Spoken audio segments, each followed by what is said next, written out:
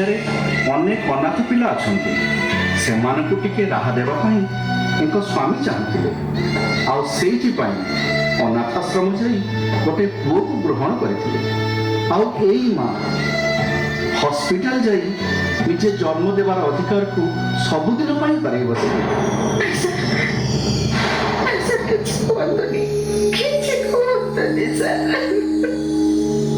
नाई बसुरा देवी आज दिन में मत कहवा दिखाँ पुओ बो छाड़ी चली जावा परे नातीर टिके स्नेह ममता पाइबा पाई ये स्कूल रे दिन राति से खटी चली सर तो पुओ किए आउ नाती किए सर तांको पुओ होचंती मिस्टर नारायण प्रसाद परिडा तुम बापा आ आदित्य तुम्हें ही तांको नाती जेजेमा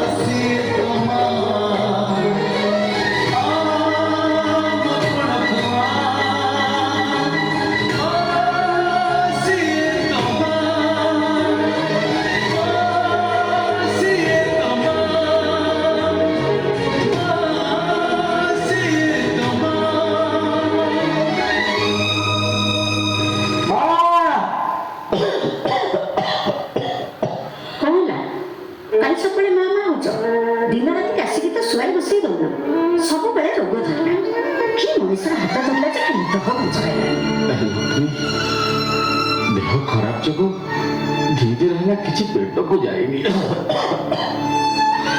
भारी भोक होची तंती भी सुखी जाउची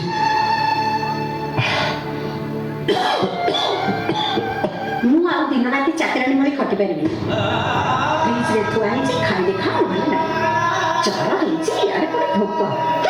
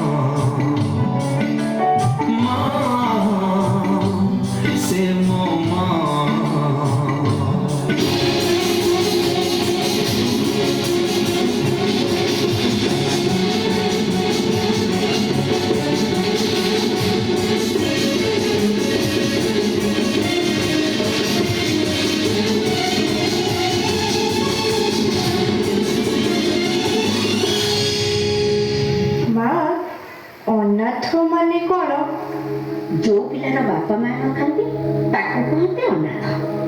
ମୁଁ ଯଦି ଅନାଥ ହେଇଥାନ୍ତି ତମେ କଣ ମତେ ପୁଅ କରି ନେଇଥାନ୍ତ? ଆଦି ଆମ ସାର୍ କହୁଥିଲେ ମୋ ବାପା କୁଆଡେ ଅନାଥ ଆଉ ଜେଜେମା ତାକୁ ପୁଅ କରି ଆଣିଥିଲେ। ଆଦି ବାପା ଜେଜେମା ଏମିତି କଣ କଲେ ଯେ ତମେ ତାକୁ ଛାଡିକି ଚାଲି ଆସିଲ? ମା ଜାଣିଛ ଜେଜେମା ମତେ ଟିକେ ଦେଖିବା ପାଇଁ ଆମ ସ୍କୁଲରେ କାମ କରୁଛନ୍ତି। ମୁଁ ଆଜି ଜାଣିଲି।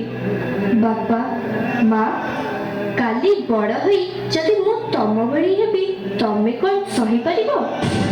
ଆଦି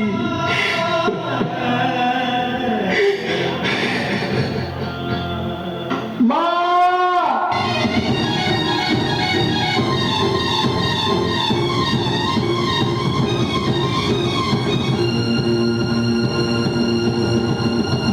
ନିଜେ ଦୁଃଖେ ରହି ଆମକୁ ହସାଏ ଜାଣିଛ କି ତାର ନାଁ? ନିଜେ ଭୋକେ ରହି ଆମକୁ ଖୁଆଏ ଜାଣିଛ କି ତାର ନାଁ? ସିଏ ମା ଆମ ମା, ସିଏ ମା ଆମ ମା।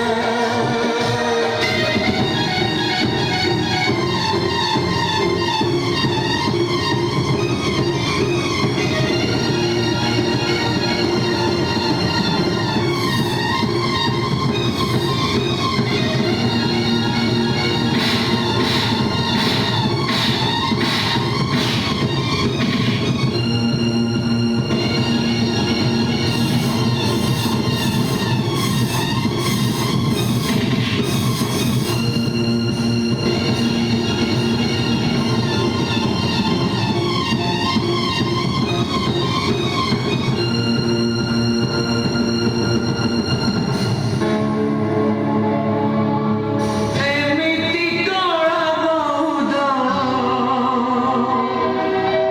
କେଉଁଠୁ ଆସିଲା ମାଡ଼ି ମାଟିର ମଣିଷ ଯାଏ ମମତାର କୋଳ ଛାଡ଼ି।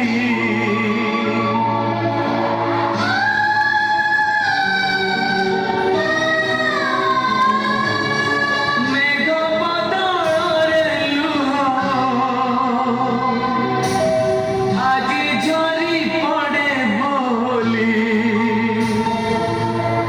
ଆଶାର ଚଢ଼େଇ ଦେଖ ସ୍ନେହର ମଞ୍ଜୁରୀ ଖୋଲି ଉଡ଼ିଯାଏ ଦୂରେ ଛାଡ଼ି ତା ବସା।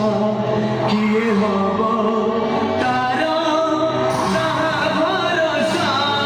କିଏ ହବ ତାର ସାହା ଭରସା? ମା ମା ଏମିତି ଏକ ଶବ୍ଦଟିଏ ଯାହାର ଉଚ୍ଚାରଣେ ଦୁଷ୍ଟ ଶକ୍ତି ନାଶ ହୁଏ। ମା ଏମିତି ଏକ ଶବ୍ଦଟିଏ ଯାହାକୁ ସ୍ମରଣ କଲେ ରୋଗ ଦୁଃଖ ଦୂରେଇ ଯାଏ। ସେ ଖାଲି ଏକ ଶବ୍ଦ ନୁହେଁ, ଏକ ଅମୃତର ଧାରା ଯିଏ ଶେଷ ନିଶ୍ୱାସ ପର୍ଯ୍ୟନ୍ତ ପିଲାର ମଙ୍ଗଳ କାମନା କରେ।